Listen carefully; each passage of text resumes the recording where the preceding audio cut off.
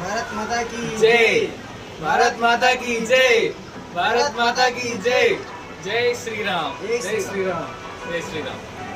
మనందరం హిందువులం, మనందరం హిందువులం, మనందరం హిందువులం. మనిషి అనుసరించాల్సిన బాధ్యత తన ధర్మాన్ని కాపాడుకోవాలి. శక్తిని పూజిస్తే విజయం ఖాయం అని శ్రీకృష్ణ వారు చెప్పారు. వారు చెప్తారు. ధర్మాన్ని రక్షించే వారినే ధర్మం రక్షిస్తుందని రామచంద్రమూర్తి చెప్తారు. అందుకే మన ధర్మాన్ని మనం రక్షించుకుందాం పాశ్చాత్య సంస్కృతి నుంచి. తమిళనాడులో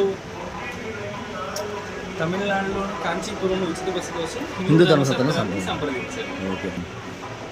మనందరం హిందువులం కాబట్టి మిగిలిన హిందూ సోదరులను సపోర్ట్ చేయడానికి మనం చిన్న చితక వాళ్ళ దగ్గర కానీ హిందువుల దగ్గర మాత్రమే కొనండి. ఎందుకంటే వాళ్ళ దగ్గర కొనడం వల్ల వాళ్ళ చెయ్యి తినడమే కాకుండా స్వామి కూడా సంతోషిస్తారు. అట్లాంటి వాళ్ళ సహాయం చేస్తారు. బాయ్, మీ పేరు? యోగేష్ కుమార్. మీ పేరు? మీదే ఊరు? కదికళ్ళపల్లి. ఏ మండలం? మోపుదేవి మండలం. ఏ జిల్లా? కృష్ణా జిల్లా. ఏ స్టేటు? ఆంధ్రప్రదేశ్. ఎంతమంది వచ్చారు? ఇద్దరం వచ్చారు. ఎప్పుడు వచ్చారు? 30వ తారీఖు. ఏ నెల?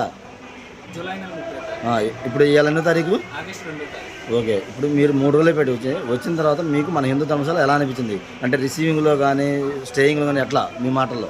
రిసీవింగ్ స్టేయింగ్ కూడా అంతా బాగానే ఉందండి. ఎక్కడ మా దగ్గర ₹1 కూడా అడగలేదు. ఉన్నందుకు కానీ తిన్నందుకు కానీ. లాకర్ డిపాజిట్ మాత్రమే, అది కూడా వెళ్ళేప్పుడు ఇచ్చేస్తూ ఉన్నారు. లేడీస్కి సపరేట్గా రూమ్స్ ఉన్నాయి. వాళ్ళని చూసుకోవడం కూడా చాలా బాగుంది.